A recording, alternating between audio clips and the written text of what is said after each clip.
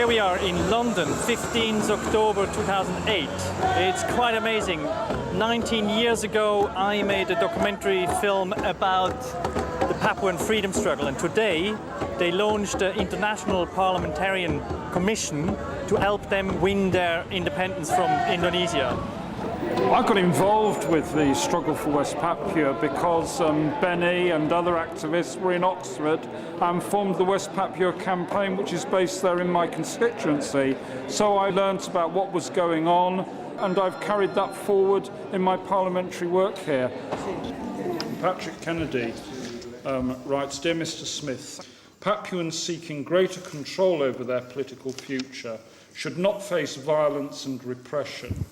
I applaud your efforts to increase the awareness about this critically important issue." West Papua is an extremely rich country. It has enormous natural resources. America has been very proactive in putting in a military dictatorship in Indonesia in order to get access to the minerals in Indonesia. Freeport, an American company, is the largest taxpayer to Indonesia. And if you put the jigsaw pieces together, it's very clear that American corporations were behind the Kennedy administration in forcing the transfer from the Netherlands to Indonesia. These processes were very much illegal. The important date is August 1969, when Indonesia held the Act of Self-Determination, ironically called the Act of Free Choice. Perhaps we could just consider what actually happened in the Act of Free Choice.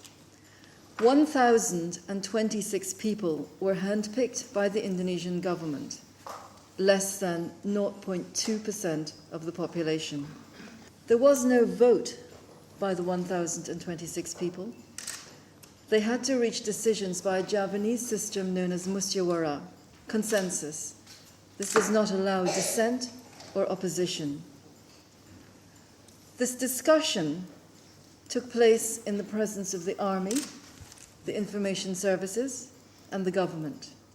It was not a valid exercise of self-determination, and it does not justify Indonesian sovereignty over West Papua. I must stress, this is not secession. We don't need to discuss secession.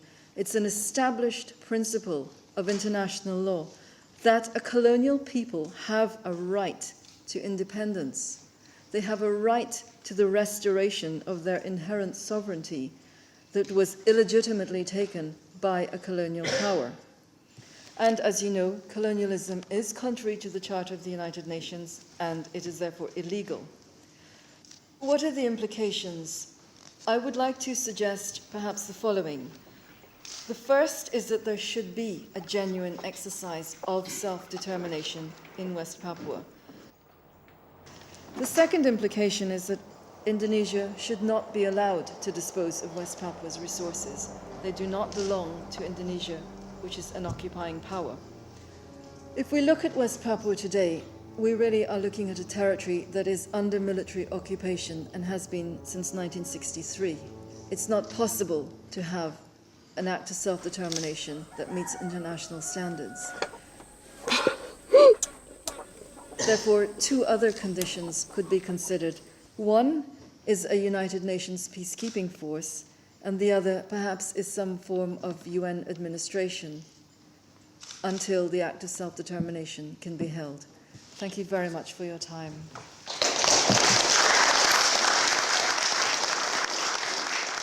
Inside West Papua, across West Papua, they pray and everybody they support this event. So 45 years, Indonesia put our voice inside this coffin.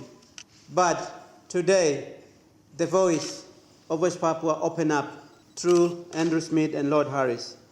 People of West Papua, never forget this historical day. The voice now open up. Voice now open. Thank you.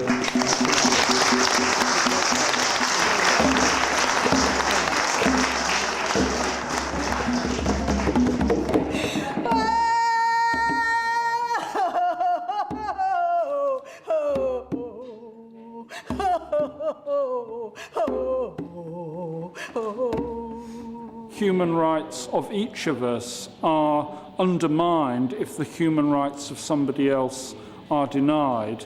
And at the human level, you care about people or life's not worth living, and we care.